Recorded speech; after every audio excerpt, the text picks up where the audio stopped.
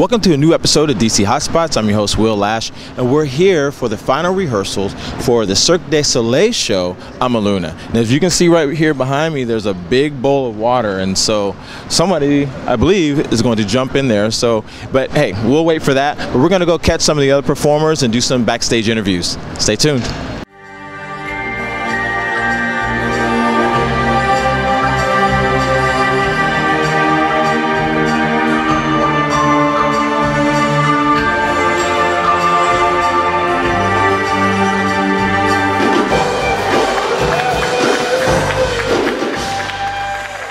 Now, you are a former collegiate gymnast, LSU, wearing your purple and gold, I see. So, tell me, how was that transition coming from, collegiate athlete to, I mean, I know as a gymnast, pretty much after college, you have to start looking at other options. So tell me how that transition was. You're exactly right. I mean, for a gymnast, we don't have pro after that, pro baseball, pro basketball, pro football. For a gymnast after college, it's basically put your degree to use. Yeah, you peak at like 14. Yeah, pretty much, and so for me it was like, okay, wow, here's this new opportunity. I can continue to use my body and just do it in a different way. And the transition was quite the task, I have to say. I mean, it was challenging and rewarding all at the same time. I mean, we took multiple classes, from kung fu to haka to acting to clowning to just our soul Amazon character, and it really helped form and mold who we are now on stage. So it just uses your gymnast abilities as the core, and then build upon that. Absolutely. And add other bells and whistles to your skill set. Exactly. And I mean,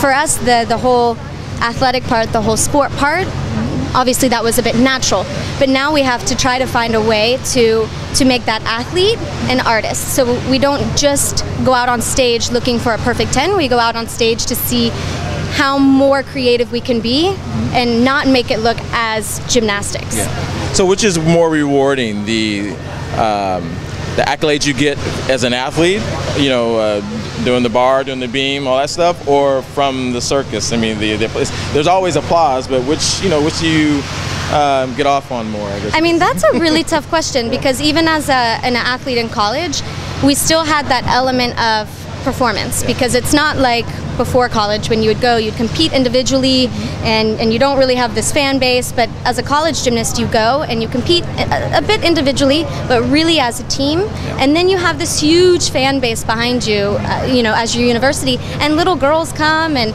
so it's kind of the same concept here. So it's really difficult for me to say I like one better than the other. They're both equally rewarding, just in two different ways. What's your best part of the show?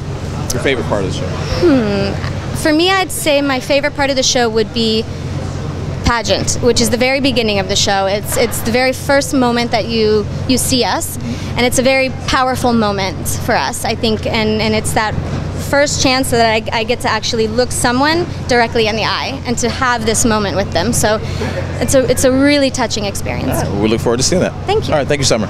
Pleasure.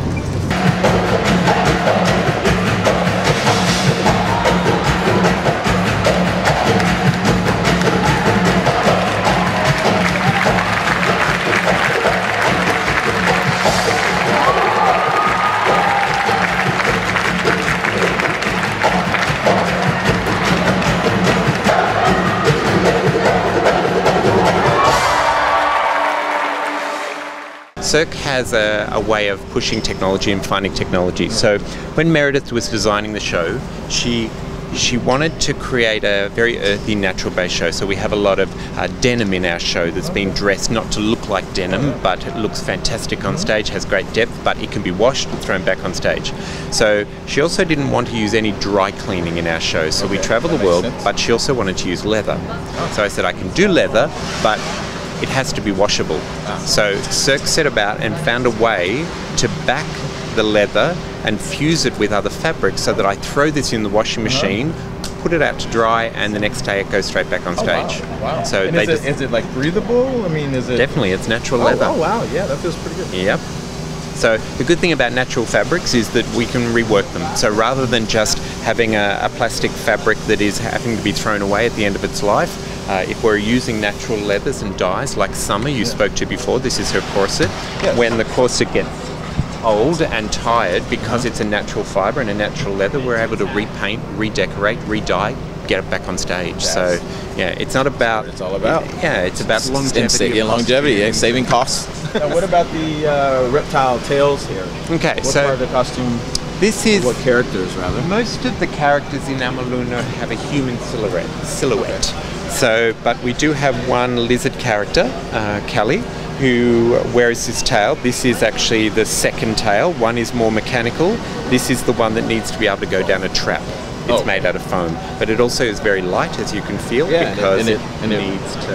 And it really moves too. Like It needs to be able to walk to be able to on the back. So, but that's one of Rebecca's jobs, to paint this up every day.